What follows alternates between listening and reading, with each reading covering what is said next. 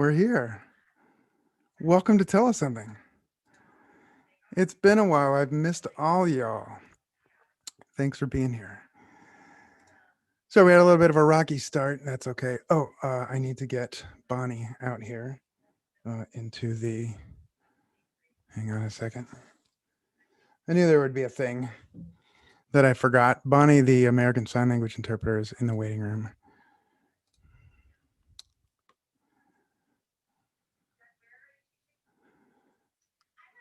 Hi, Bonnie.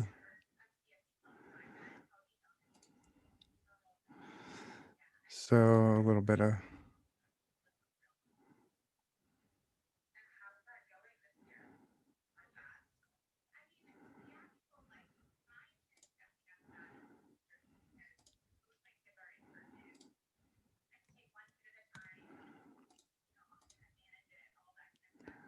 Travis, can you go ahead and join the breakout room? I can't put you in there. Thanks. So, welcome to Tell Us Something. Thank you to our title sponsor, the Good Food Store. Need to do all these thanks for their continued support in helping people get their stories heard.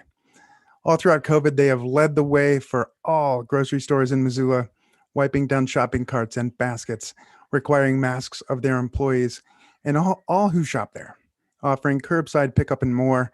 Thank you to the Good Food Store for all they are doing to keep our community safe. Check them out at goodfoodstore.com. Thank you to our enduring sponsor, cabinetparts.com, your place for specialty cabinet parts. Thank you to our major sponsor, Blackfoot Communications. They have been working double time getting the internet to rural communities so that people can continue working from home when possible, and especially so that kiddos can continue their learning through online learning programs in schools when necessary. Blackfoot.com. Thank you to our champion sponsor, True Food Missoula, offering weekly meal delivery to nourish your family and friends, made for the Missoula community, by the Missoula community. Order by Monday, get food made with love, delivered to your door on Wednesday. TrueFoodMissoulaCSA.com. And thanks to the Top Hat Lounge, reopening responsibly. Reconnecting with the community in the new normal, go to logjampresents.com and click restaurant. I also just recently found out they're going to be doing an in-person live performance soon. I don't know what the details are of that, but if you go to logjampresents.com, you can learn all about it. If you haven't checked out the shiny new Tell Us Something podcast, please give it a listen. I take you behind the scenes at Tell Us Something to meet the storytellers behind the stories.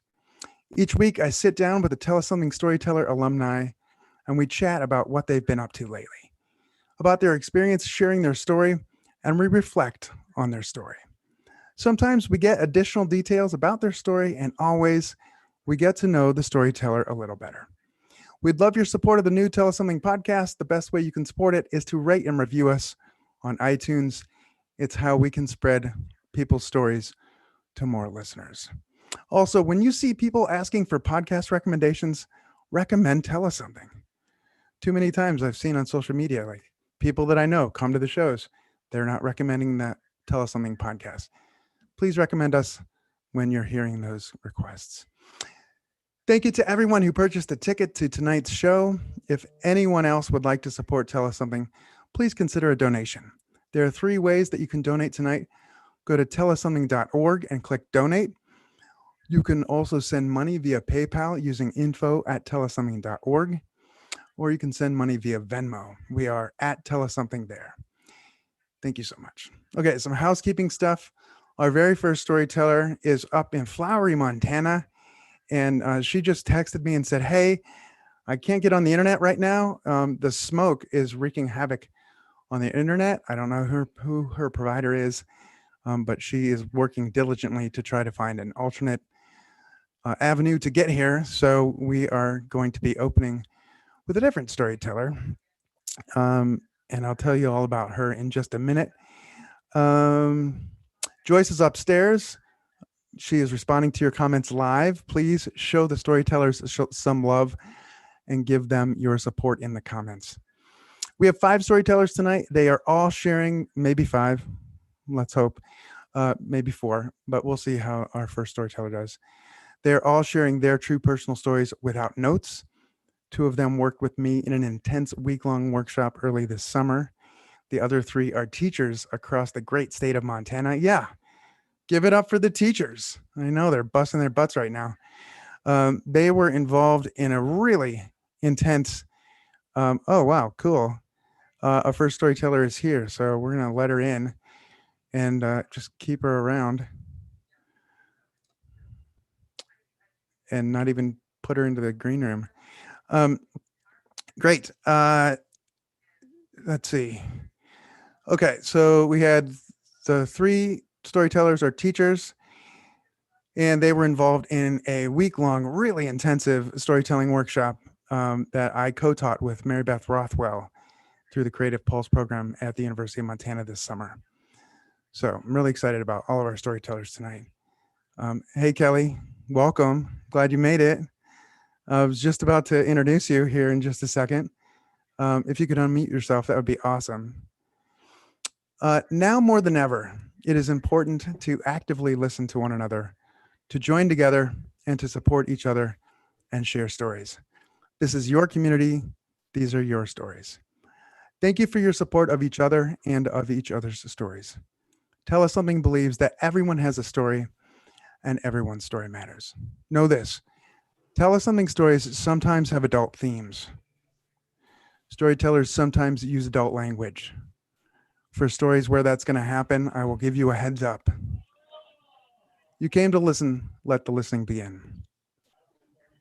Kellie Grandone was born and raised in Polson, Montana, and now calls Great Falls home. She is mother to 4 wonderful, creative children and has been married to her husband, Ryan, for 21 years. Kellie teaches 7th grade art in the Great Falls Public Schools and has been teaching art for the last 10 years.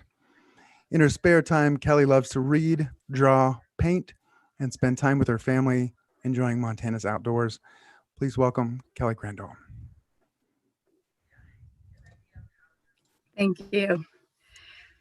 When I was 8 years old, my older sister Jamie and I decided that we wanted to ask Santa for cross-country skis for Christmas. We had planned, we had plotted, we had looked for special skis in catalogs, and we knew that it was kind of a big deal. This was a big gift, but Santa was the kind of guy who we could ask a big gift from. In some houses, kids could ask for anything that they wanted from Santa and they could get it. We knew Santa had limitations in our house, and we knew that he was giving presents to, everybody in the whole world. So we didn't want to ask too much. But we had been really good this year, and this was our best shot.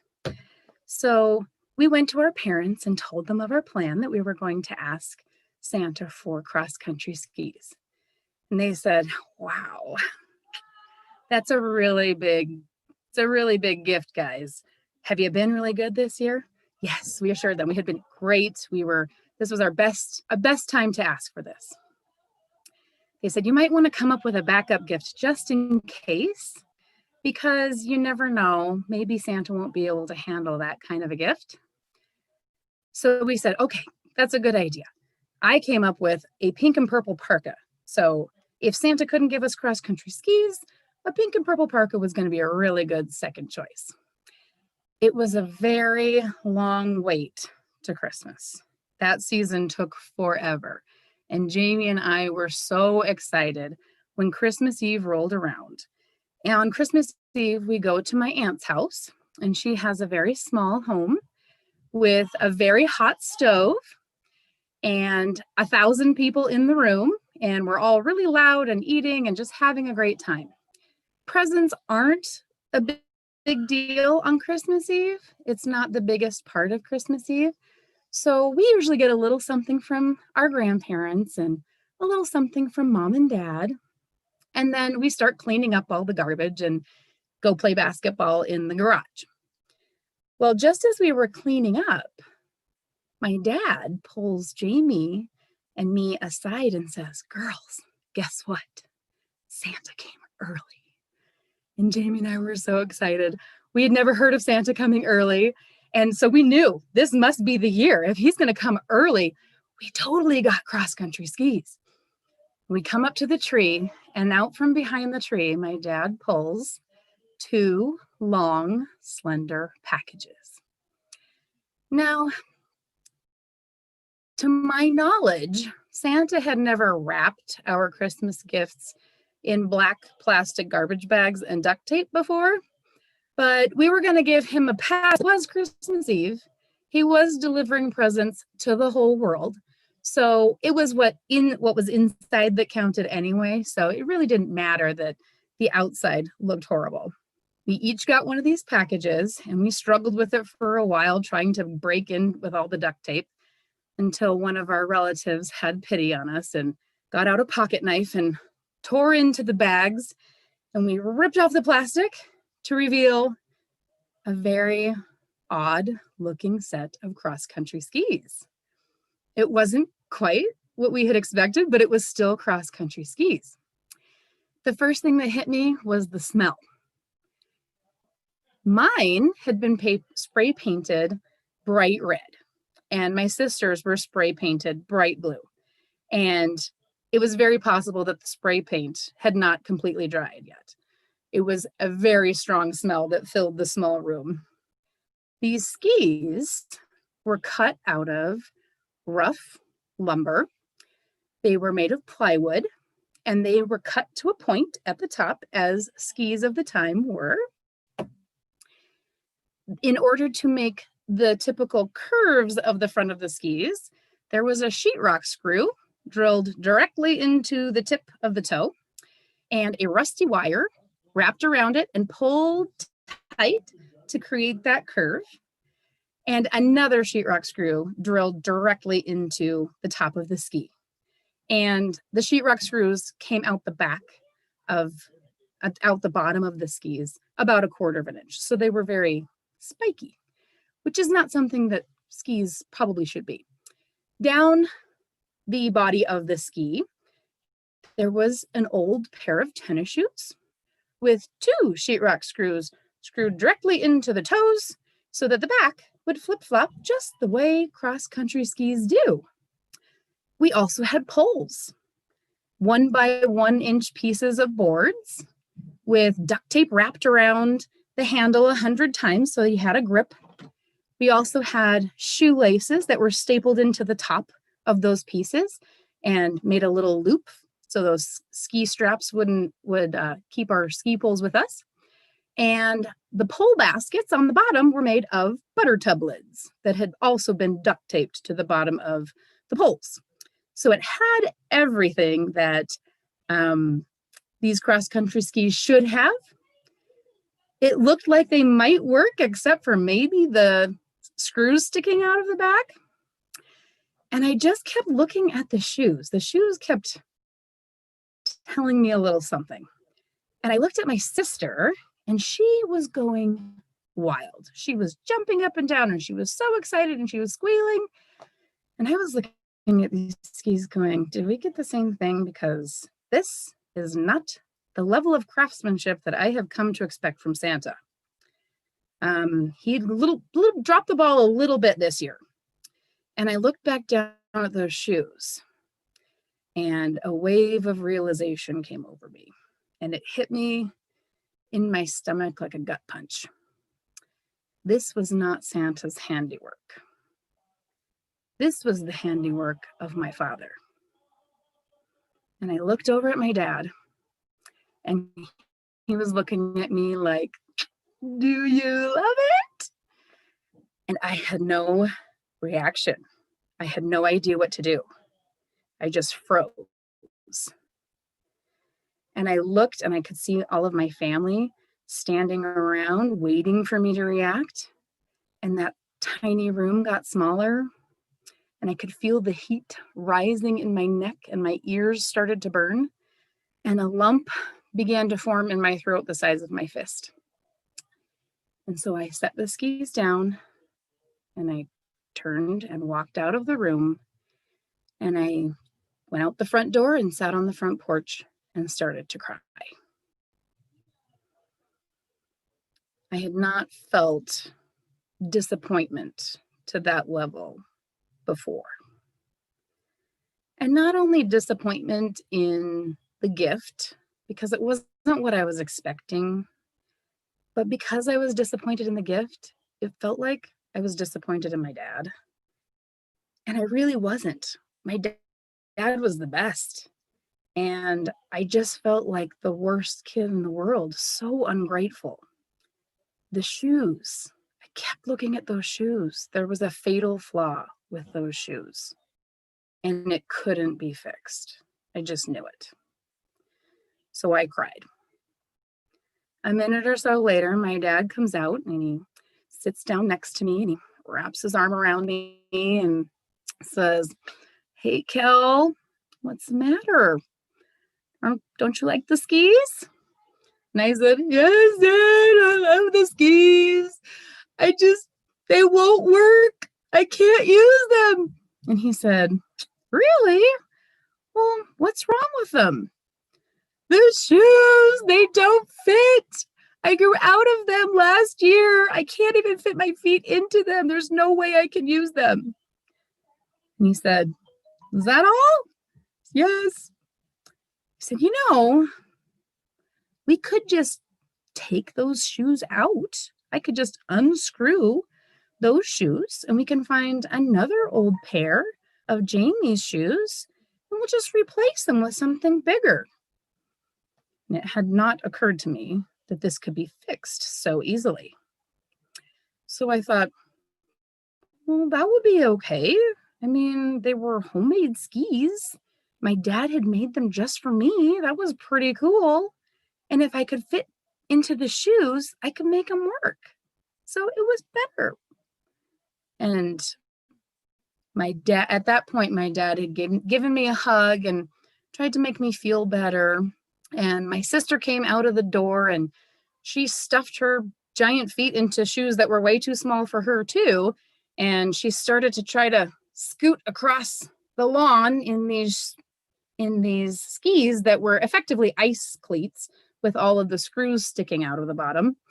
And he said, how are those skis working, Jamie?" And she said, "Well, they're not very slippery, Dad. I can't really move around in them." And he said, "Dad, don't worry about it. We'll wax them up. I've got some wax. We'll wax them up tomorrow. We'll get them shined up and you'll be sliding around in no time." So with a little bit of wax and a different pair of shoes, we had a great pair of cross-country skis, both Jamie and I. And Christmas was saved, and I hadn't ruined it.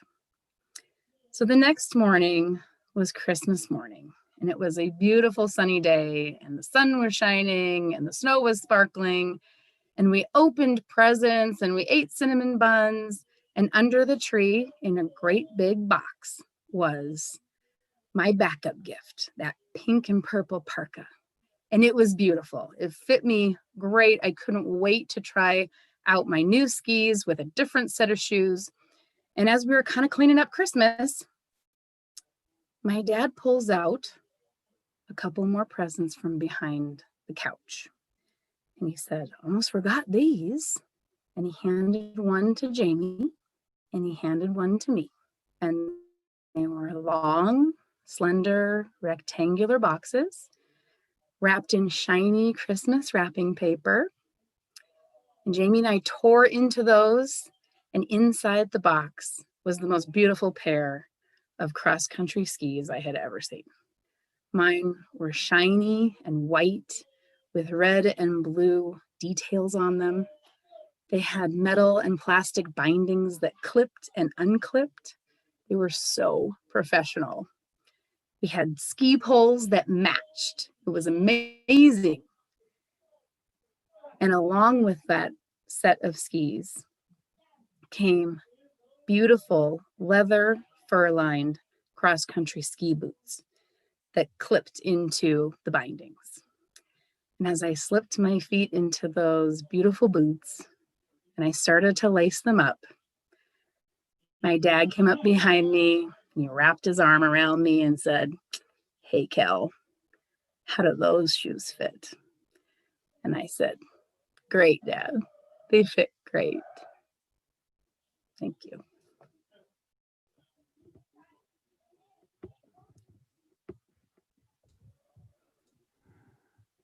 Thank you, Kelly. Thank you so much.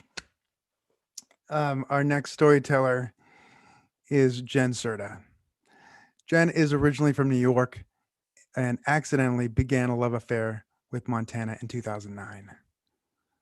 I know Denise and Jen are on their way in.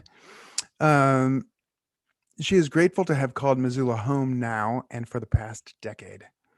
Jen earned her MSW from the University of Montana in 2016 and currently works as a school-based therapist at Hellgate Elementary School. When not at work, Jen can most often be found hiking with her dogs, listening to podcasts, and running late for something. And she's here. Sensitive listeners, please be aware that Jen's story acknowledges sexual trauma. Please welcome Jen Certa.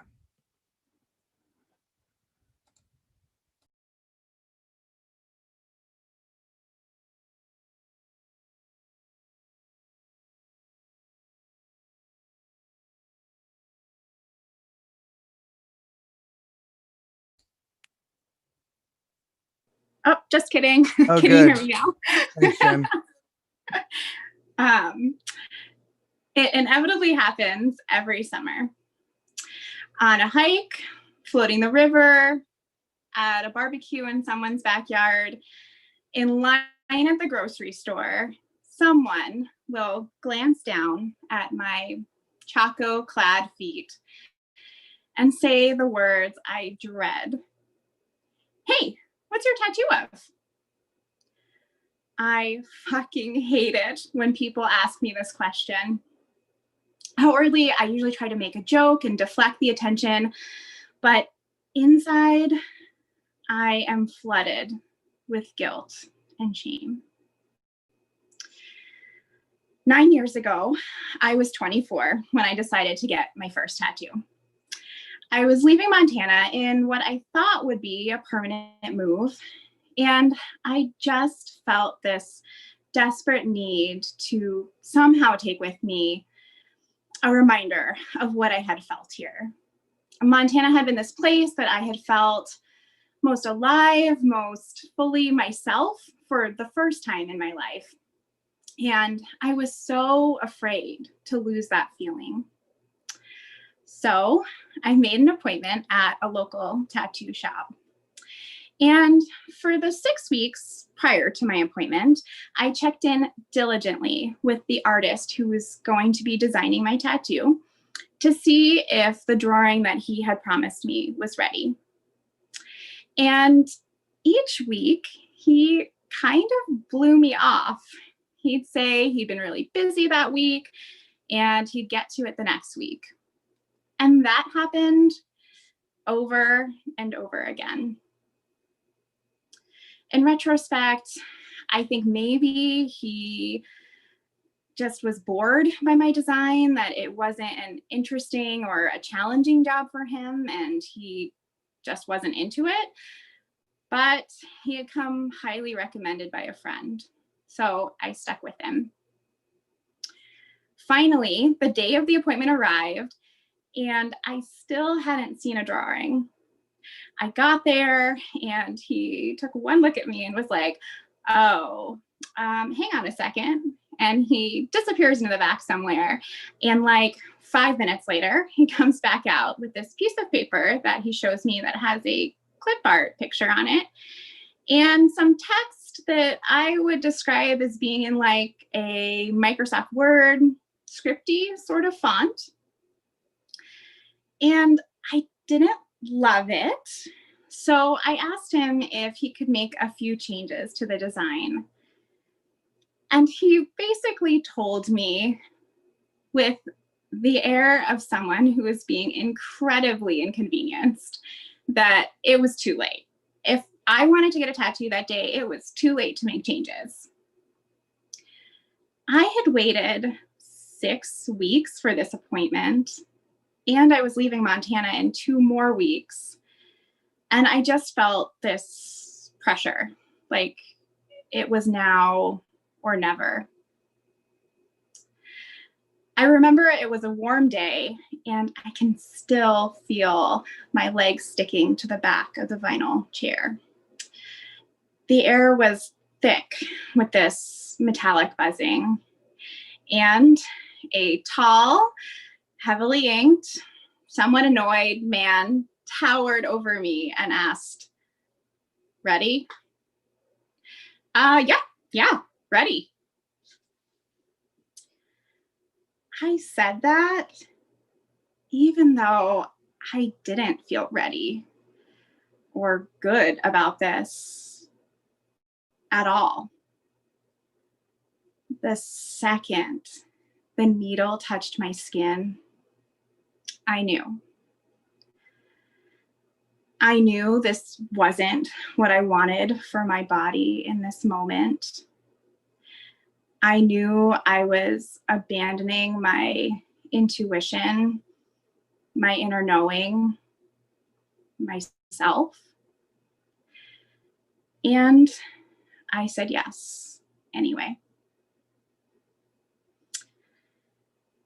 There have been other times in my life at 19 years old and at 6 where I have also felt intimidated and powerless, and where a man did things to my body that I did not want. And at 24, no one was forcing me to get this tattoo. I was choosing this. I had power in this situation, and I gave it away. I stayed frozen and silent again. The hummingbird didn't come out as soft and elegant as I was hoping it would. It's kind of rough and angry looking, and it's positioned in this sort of aggressive way, like it's ready to dive bomb something at any moment. And then there's the line from a Mary Oliver poem: "There's only one question, how to love this world," in that Microsoft Word font. And it's actually in a really bad place for a tattoo. So over time, the words have faded in such a way that now it just reads one question.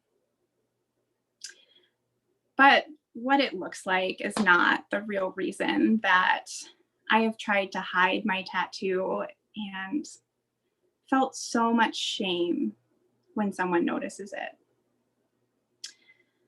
It's that it is a visual reminder, a literal physical manifestation of psychological scars, ones that I didn't ask for, that I have profoundly disliked about myself for a long time.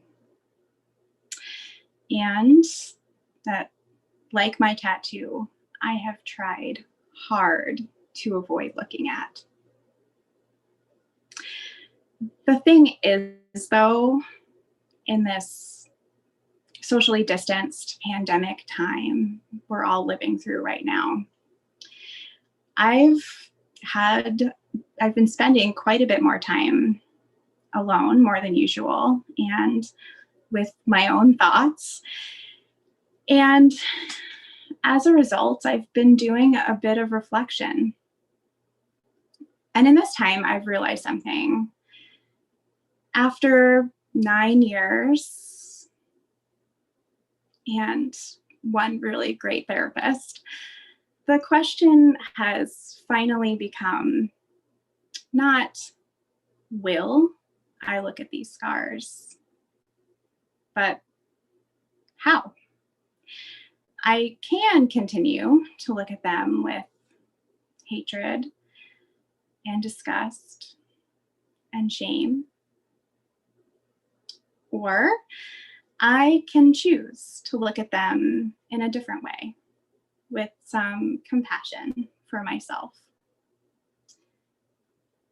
I can't change the experience that I had of getting this tattoo or of any of the experiences that it reminds me of.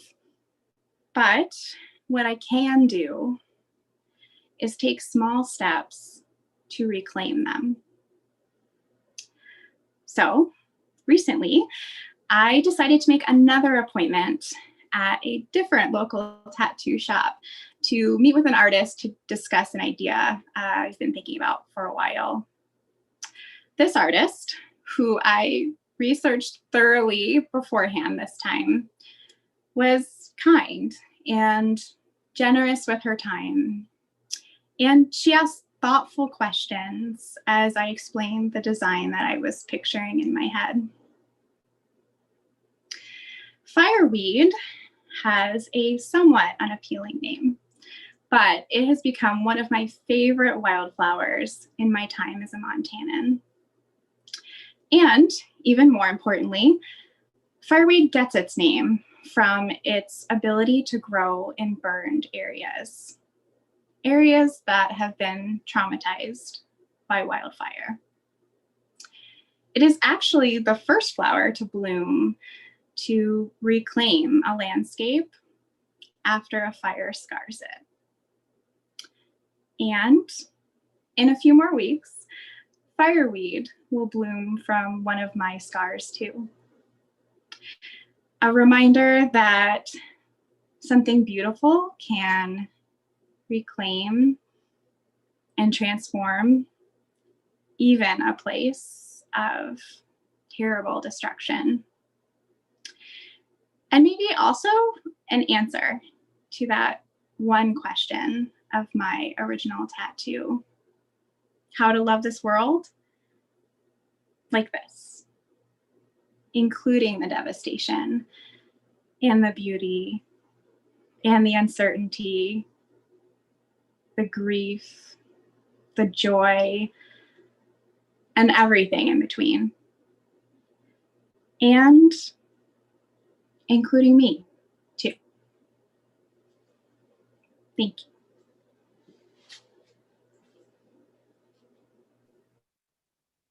Thank you, Jen. Thank you so much. Hello to Karen in Gilbert, Arizona, Gloria O'Rourke, Miko. This Benny was asking for this. Joyce is going to make up a quick drink for you, and she'll bring it by here in a few minutes. Hey, Blake out in New York from the TMI Project. Andrew Hurst out in East Missoula. Thanks for joining us. Nancy, love you. Wish we could be with you out in the desert soon. Kirk Hash and Anna Haslam, thank you so much for being here tonight. Mark Brennan, good to see you. Montana Musical Nomad, thanks for being here. Ryan and Tommy, so awesome to see you. Thank you for being here. Molly Bradford, good to see you. John Dendy, dog speed to you tomorrow. By the way, y'all, if you want to check out a live stream of Los Marvelitos tomorrow night, John Dendy and his band is playing live at the Myrna Loy. If you're in Helena, I don't know how many tickets they're selling. It's a 240 seat venue. And they're selling, I think, maybe 50 tickets or something like that. So social distancing, all that stuff is going to happen. But for those of us who aren't in Helena, we can watch it. Go check out the Myrna Loy's website to find out more about that. Francis Scott, thanks for being here. Randall Bruins, Russ Fletcher, thanks for all you do for the businesses here in Montana. Lauren Champa, great to see you here.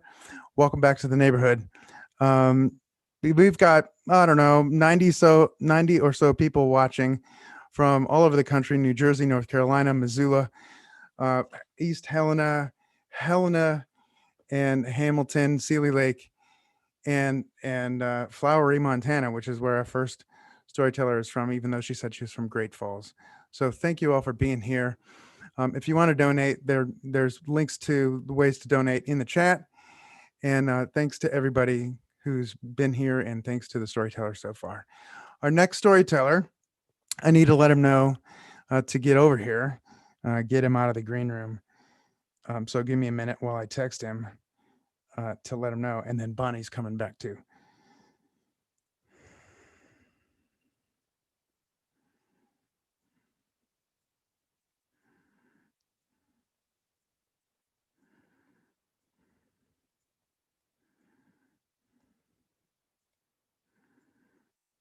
All right. So our next storyteller is Travis Doria. Oh, okay. Before I introduce Travis, I want to say thanks to Joyce, who's helping out with the tech stuff upstairs. And thanks to some of our sponsors, Access Physical Therapy, people we haven't mentioned yet. Inertia Physiotherapy. Anna is magic.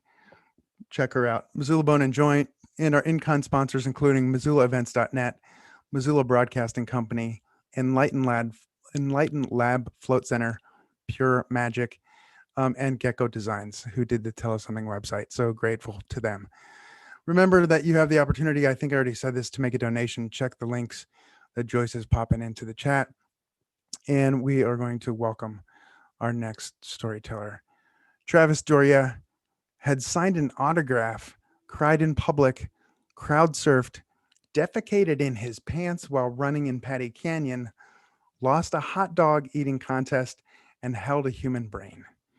He currently lives in Missoula with his beautiful wife and daughter. Please welcome Travis Doria. Note, please, that sensitive listeners should be aware that Travis's story mentions drug use and suicide.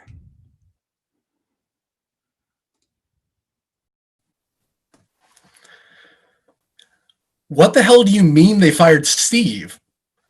So I just heard that one of my close coworkers was fired, to my knowledge, without cause. And so I'm pretty fired up. I work over at the state crime lab here in Missoula, and someone I see every day who's, a father, a close friend, was just fired, and for no reason, from my perspective. So what I did was I walked down to the office of someone who knew, and I knocked down their door basically and was like, what the hell? What happened? And she told me, she said, look, we all thought Steve was a good guy. Steve was not a good guy.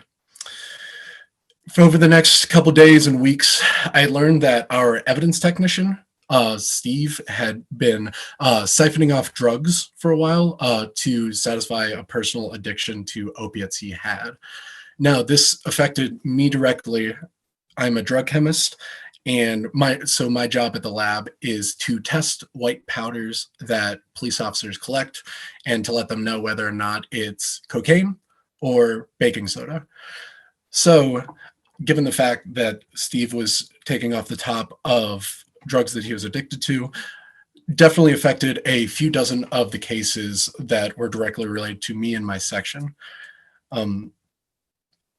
As a person of science, you have to work within a certain level of ethics, and we hold a high quality standard to ensure that every case that we analyze, the right result is found. And so for him to have done this to several dozen cases was very offensive. And frankly, he lied to everybody who he worked with day in and day out. Personally, I'd always had issues trying to associate with coworkers and being friendly with. I was still a relatively young analyst at the lab. So to lose Steve was hard for me. But I tried my best and realized that that's not a way to live at the lab and, be in a place for 40 hours a week. So whenever our female heavy section got a second male besides me, his name was Derek, in the section, I thought I would make an effort. Derek was bright, young, go-getting, and went through the drug training just as the rest of us did. He was also someone I had become accustomed to going on runs with or going mountain biking with outside of work. It was a lot for me to reach out in that way, and we developed a friendship. I thought I'd really realize that whenever I remember one time sitting with him at the dingy bar at Bayern and, talking about our different marital problems and going back and forth on those stories and really thinking you're connecting to someone. About 2 years after we heard about Steve siphoning off drugs, we got word that Derek had been doing the same. He'd been taking methamphetamine from samples from cases at the crime lab as well. This came as a blow to everybody, just we did not see it coming. And one of the hardest things, as someone who is close to him and worked with him every day, a lot of people ask me, how did you not see that? How did you not know someone was working with you as high on methamphetamine? You try to think the best of people. You do. But looking back, you can always look back on a situation and write a different story.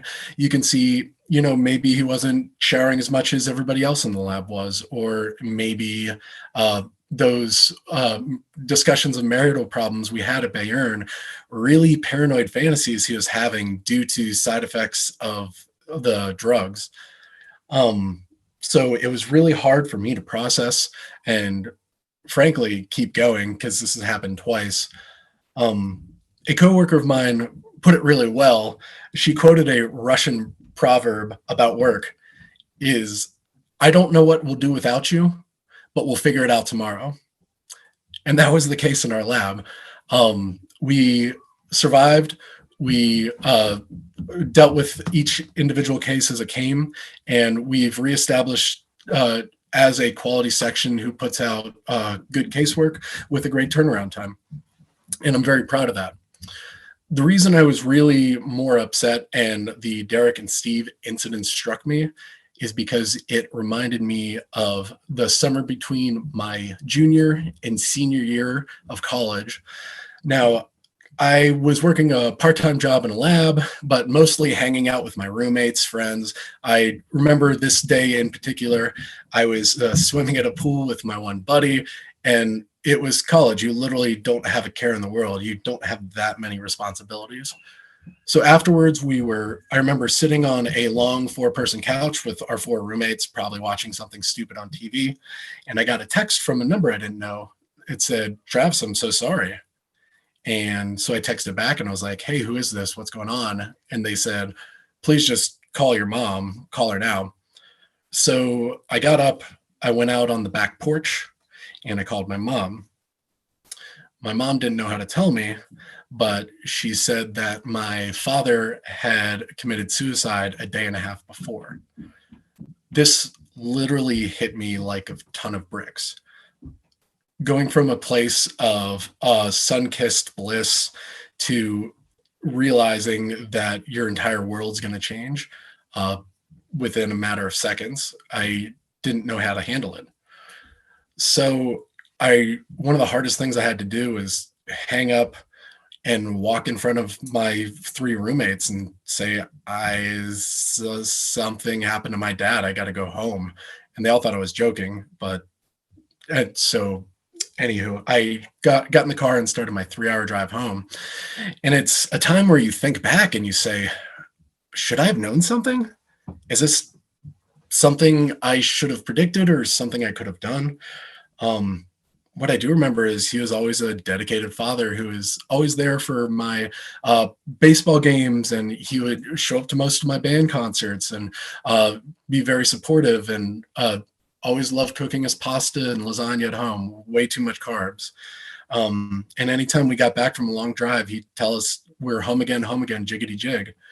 But as I started becoming my own person and got older into my teenage years, you think back and realize he was spending a lot more time by himself, watching movies. He didn't have as many friends. He was playing a lot of online chess. And, that's kind of how I left him going off to college. During that drive, you think back, and the hard thing is you remember a lot of the negatives, a lot of the worst things that you've ever said to him or times you've ever fought. And that's something you have to deal with. So as I pulled into my driveway back in Maryland to talk to my family, I was struck by a grace of luck.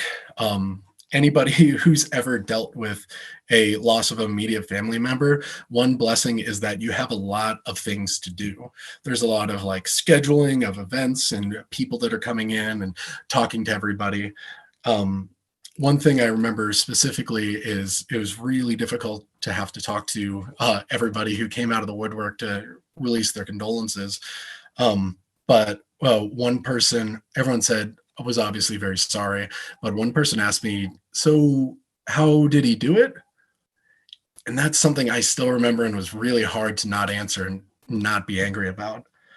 And I kept going on with my life. I finished off my senior year of college and moved to West Virginia, moved eventually here to Missoula. And this is now a part of my life, is that my father died by suicide. It only comes up in casual conversations. It's, something I don't present as a part of myself, but is something that's always there for me. Small things will remind me of it. But yeah, a lot of people have asked me, do you have any regrets? And I think back to all three of the relationships, Steve, Derek, and my dad. And I don't regret things I should have seen. Like, should I have known that Steve was a little more tired than he should have been? Should I have known that Derek possibly was doing drugs? Or should I have known that my dad was more depressed than he should have been? But I don't really regret not knowing those things. I try to look at it from a form of empathy. Hopefully each one of those people got the help that they need and are in a better place for having done what they did. The only regrets I have is for those relationships not to flourish. My dad never got to meet my beautiful wife and daughter and see what kind of life I've made for myself here in Montana.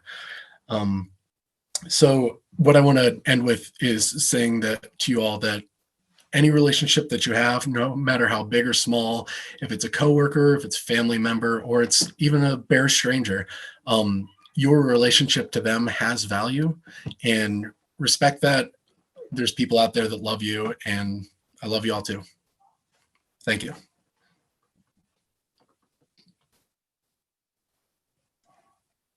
Thank you, Travis. Thank you so much. Good things to acknowledge right now, for sure.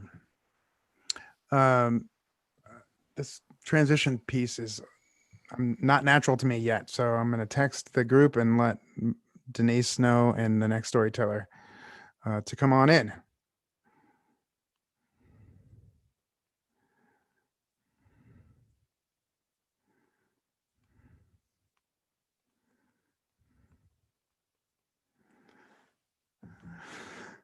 I've been to other storytelling events in this time and watched like a team of people make the transition happen. And I have Joyce, and she's doing an awesome job upstairs, but she's not able to do that and the transitions that we need to do. So I'm just saying sorry for the awkwardness. Sorry about that.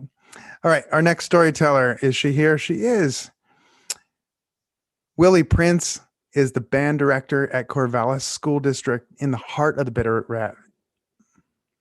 Willie Prince is the band director at Corvallis School District in the heart of the Bitterroot Valley.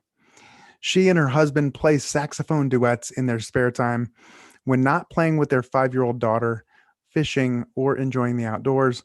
Please welcome Willie Prince. Okay, so the story that I'm about to tell you guys is one of every teacher's worst nightmares. So every year in the spring, I take my 8th grade band to Silverwood as a reward for sticking with band for the last 4 years.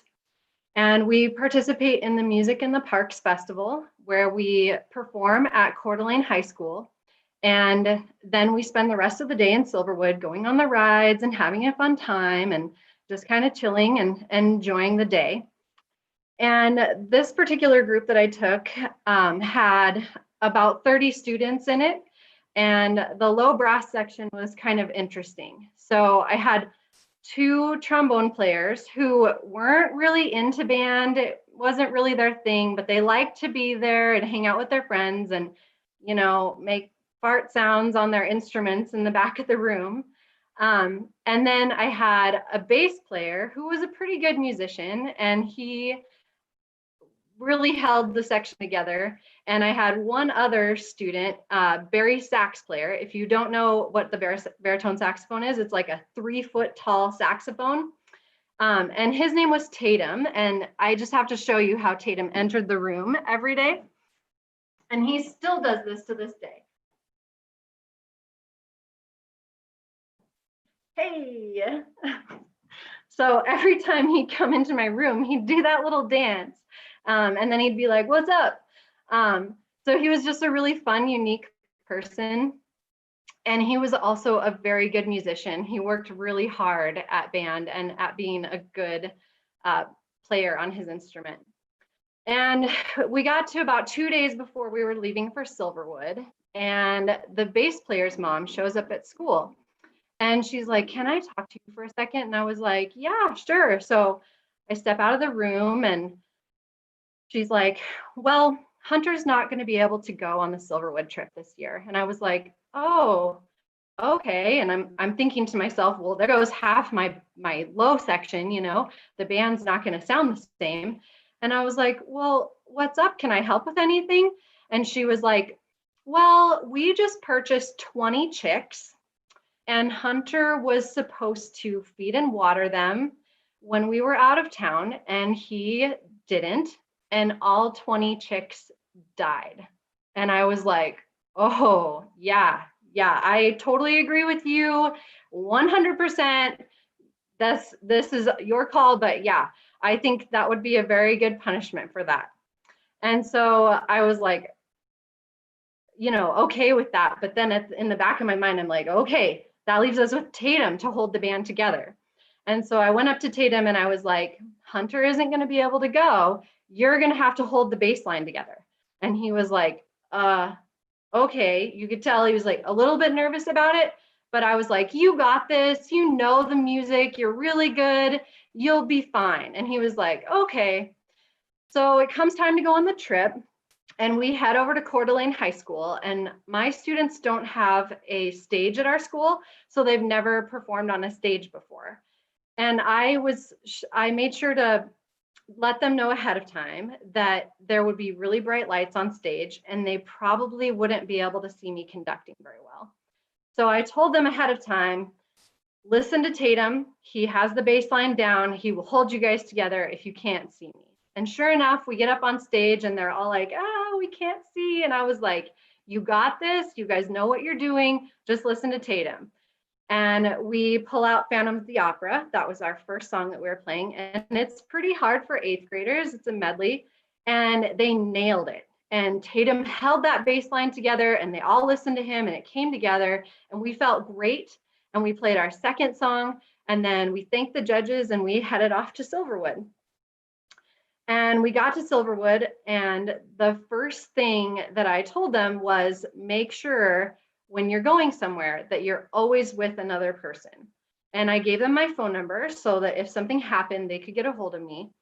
And then I told them where we would meet at the pavilions at 5:30 for the awards ceremony. And we all walked in, and they went off and went on the rides and had fun. And I walked around and watched them and they were all having a good time and everything was going really well. And 5:30 came around. And so I went over to the pavilion and I was waiting for them to come. And slowly they started trickling in and it was 5:30 on the dot and I had seen all of them, which was amazing. They all came in, we all got seated at the table and we were just waiting for the awards ceremony to start. We are usually the smallest band to participate in this festival, so we usually don't win any awards or anything. And I had told them that that would probably be the case, that we probably wouldn't win an award, but that it was fun to go and participate and get some feedback. And so we're sitting there and he's going through the announcements and he gets to our section, the middle school class A bands. And he's reading off the list of people and he gets to first place and he's like, Corvallis Middle School. And we're all like, what? And then we start cheering and a student goes up and brings back this gigantic plastic trophy. And they were so excited. And we're like, woo, because we really didn't expect to win anything. And so we sit back down and we're waiting for the rest of it. And the overall middle school category comes up. And we ended up winning the entire middle school category for all of the groups that were involved in the festival. And we were just in shock at that point. We're like, what? us?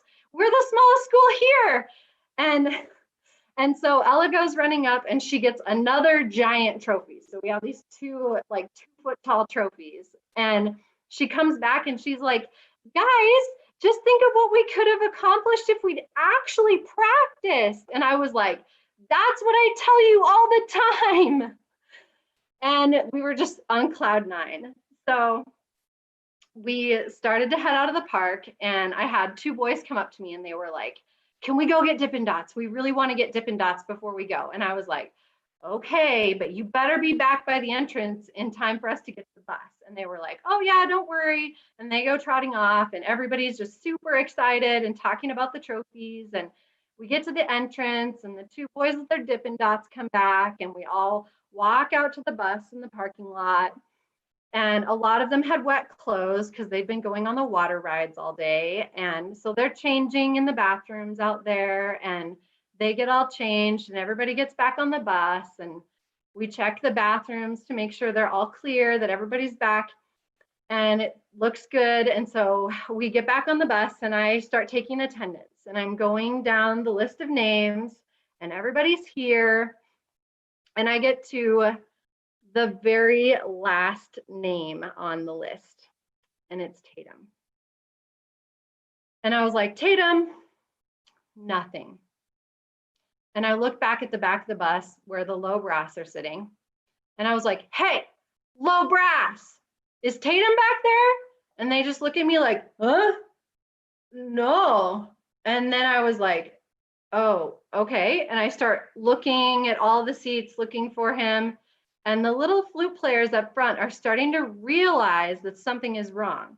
And I was like, hey, does anybody have Tatum's phone number? Like, and the little flute players' eyes get big and they're like, I don't think Tatum has a cell phone. And I was like, oh no, oh my God. Like your heart just sinks because you don't know where this student is. And I tell the bus driver, keep everybody on the bus. Don't let anybody go off to use the bathroom or anything. And I'm going to go look for him. And I go running back across the parking lot. And if you haven't been to Silverwood, it's this gigantic parking lot. And I'm running and I run under the tunnel that goes under the highway. And I'm pulling out my phone, trying to get to the contact sheet on my phone. And I run up the stairs and through the ticket booth. And I don't even stop to show them the stamp on my hand. I just run in and I'm like fumbling with my phone and I'm thinking, oh my God, am I gonna call his mom first? Am I gonna call my principal first? What do I do? Either option is horrible. Like I just lost your child or I think I lost a student. I was panicking, I'm shaking. Everything inside me is just terrified.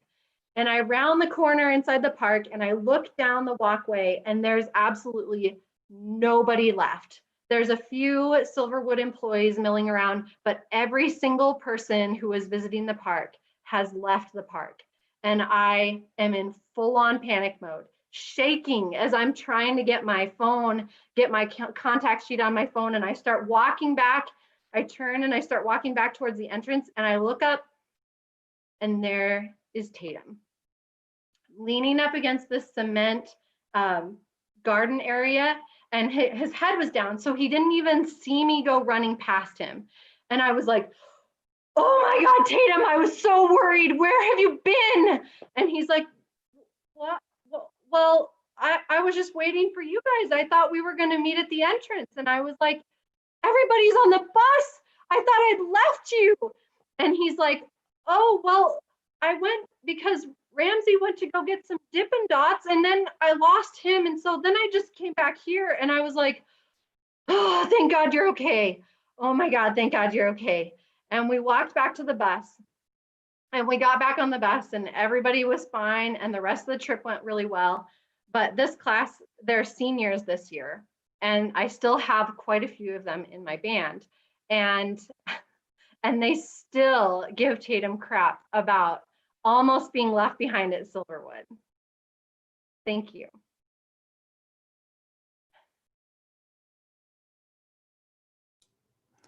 Thanks, Willie. Thanks to the people who are here. Hey, John, again, exclamation point.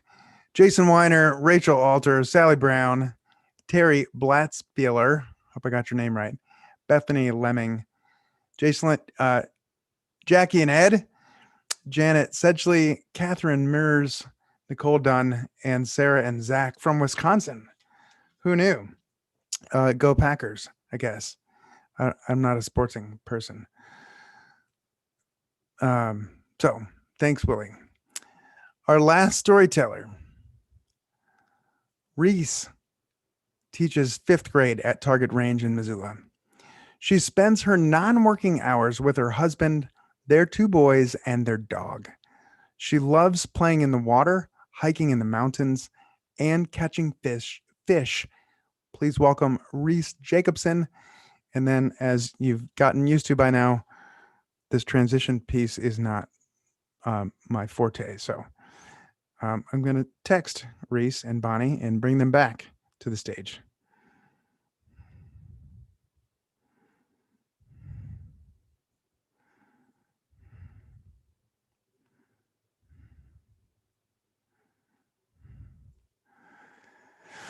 While we're waiting for them to come, if you haven't checked out the article in the Montana Press, the Montana Press Monthly, I think it's called, I was interviewed there this month, and you can find it online at the Tell Us Something website if you click on press, which I think is at the bottom of the navigation.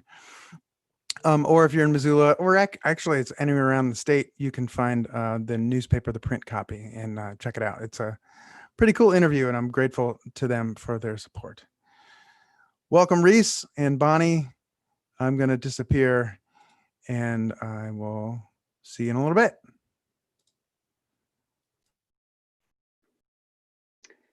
I grew up in a jock home. We were involved in some sort of athletic pursuit all year round. This story takes place in the early summer of my 8th grade year.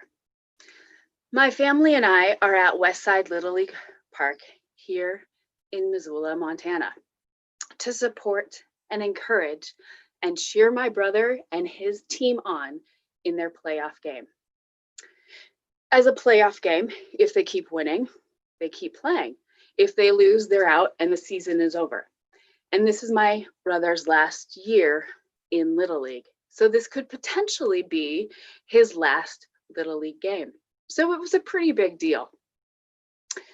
As I walk from the parking lot to the stands, all the players are on the field, warming up, throwing the ball back and forth, chatting amongst themselves. I walk behind the first base dugout, and I see 3 blue uniforms standing at the chain link fence with their hands clasped in front of them, looking at me, begging, please, please, will you play with us? Player number 9 isn't here yet. He's late getting back from his camping trip, and if you don't play with us, we have to forfeit, and then we're done. I looked at them a little bit dumbfounded, and then I looked at my feet. Sandals, shorts, and a t-shirt.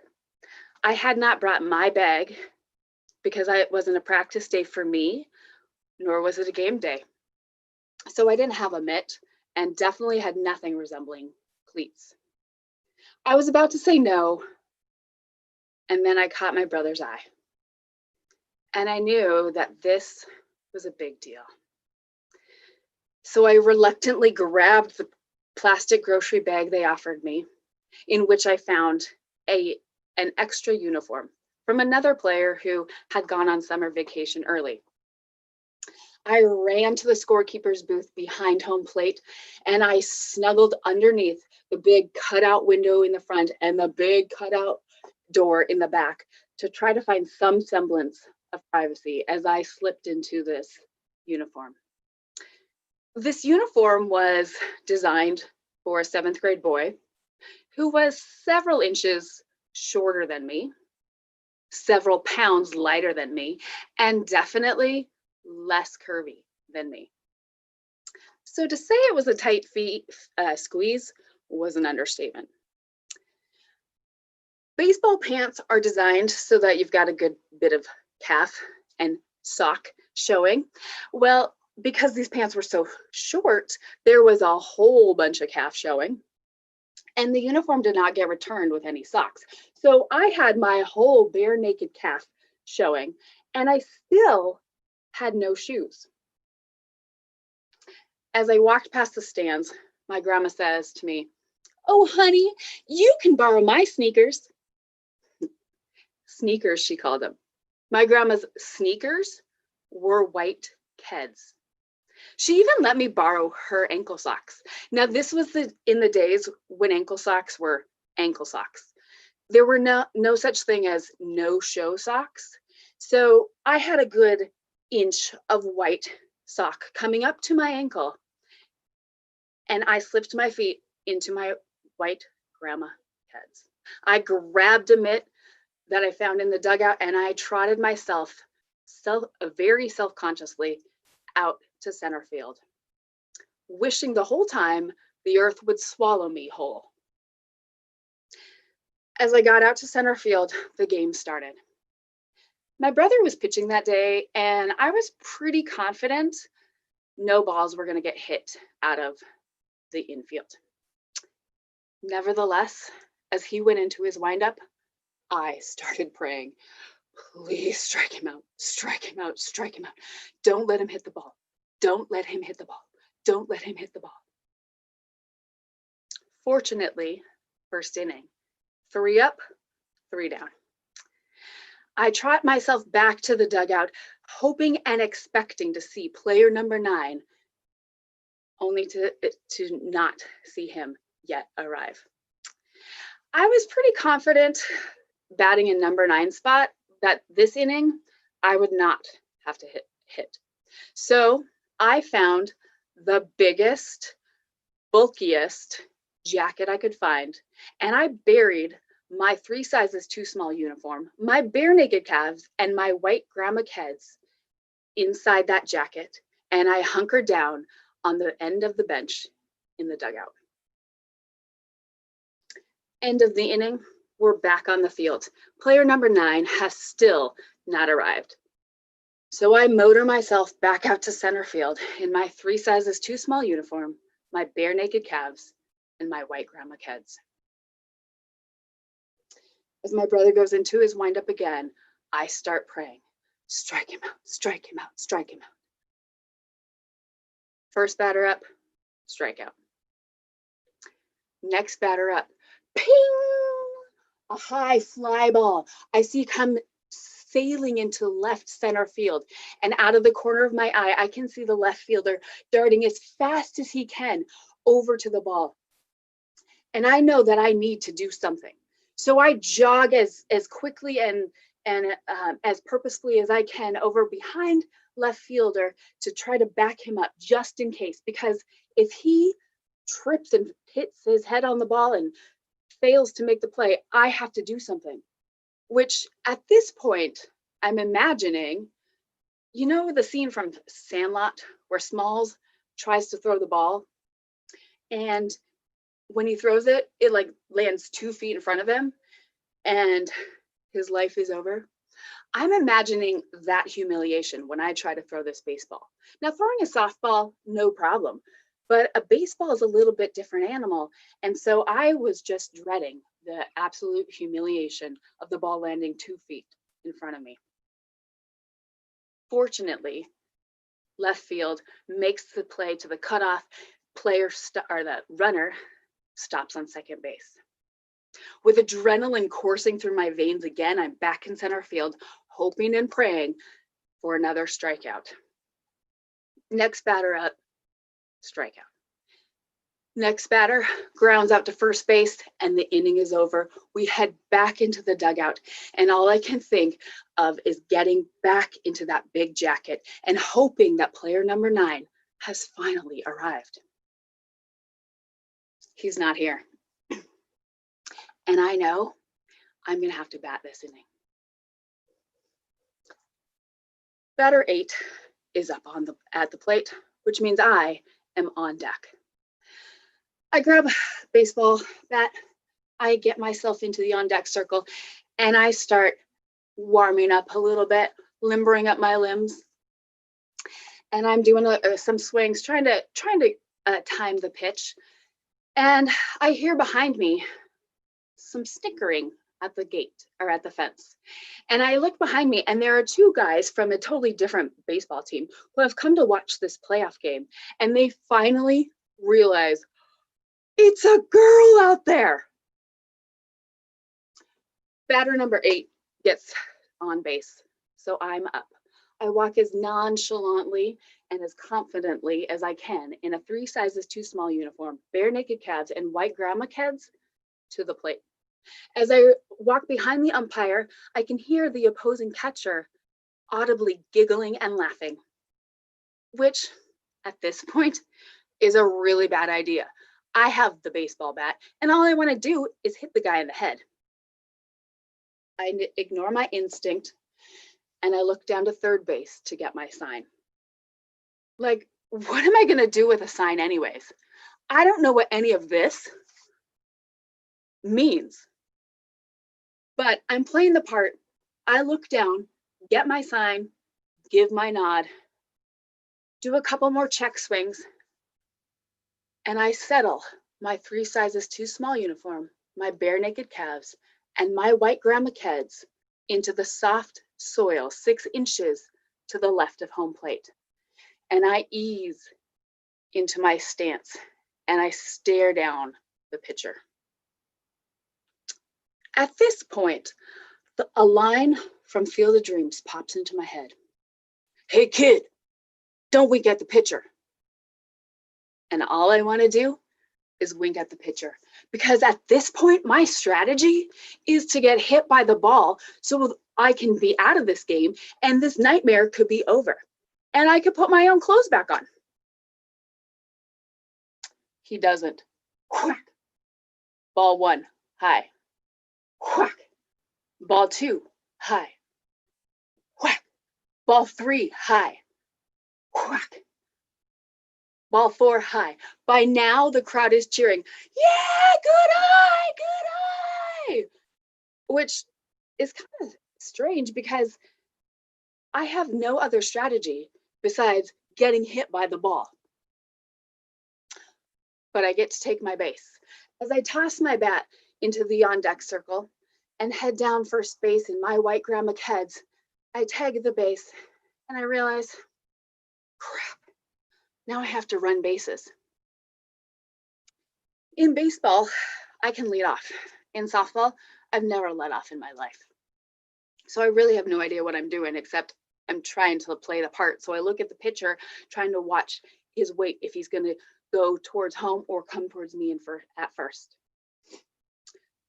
So as he goes into his windup, I inch myself off the base. And then I start wiggling my fingers, because every good base runner wiggles his fingers. As I take my inches worth of lead out towards second base, the pitcher heads towards home. Ping! A high fly ball between right and center field. As I see the ball hit the grass, I take off for second base, motoring my white grandma Keds as fast as I can go. As I tag second base, I look up and I see the third base coach giving the woo, go, go, go sign. And the lead runner is tagging third and rounding, heading for home. So I start motoring towards third base. About halfway to third base, I look up to see the lead runner standing on third base. I hit the brakes and head as fast as I can back to second base, where I see the batter is now caught in a pickle between first and second base, back and forth, back and forth. And I stand relieved on second base as that batter is tagged out and sent back to the dugout. I'm relieved because I wasn't the one who got tagged out, but I'm very confident it was my base running error that caused that out. Next batter up, I'm on second now. I'm taking a little bit more risk because I'm definitely not a threat over here on second base. And I extend my lead to about 2 feet off the base now. And I start wiggling my fingers again, waiting for the pitch. Ping! Line drive between first and second base. I see the ball hit the ground and I take off as fast as I can towards third base. I hit the bag and I see the coach giving the go, go, go sign. So I run towards home base as fast as my 3 sizes too small uniform, bare naked calves and white grandma kids are going to take me. As I step my foot firmly in the middle of home plate, the crowd goes wild. Yeah, she scored! She scored! Woo! They're screaming and hollering. And all I can think about is getting back to the dugout and the oversized jacket waiting for me. I give a sheepish little smile to the crowd and jog myself into the dugout and the safety of that jacket, where another surprise awaits me. Player number 9 has arrived. And that's when I officially retire from baseball and hang up my cleats. Or in this case, my white grandma kids. Thank you.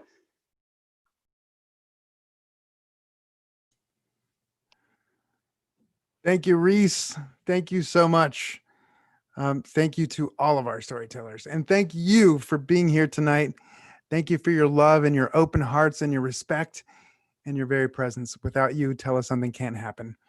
Thank you to our ASL interpreters, Bonnie Curian and Denise May, but especially thank you to the storytellers, Kellie Grandone, Jen Certa, Travis Doria, Willie Prince, and Rhys Jacobson. Thank you all. Hope to see you again soon. Is everybody here? Has everybody come back? Everybody's here. Awesome. Thank you all so much. Joyce hasn't arrived yet. She was going to come by and say hi. But just wanted to say again, thank you all so much for being here and being a part of this night. Hope to see you again soon. Have a fantastic evening.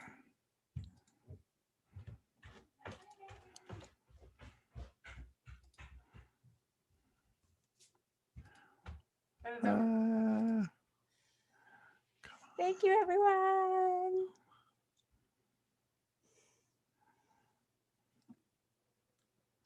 What are you doing?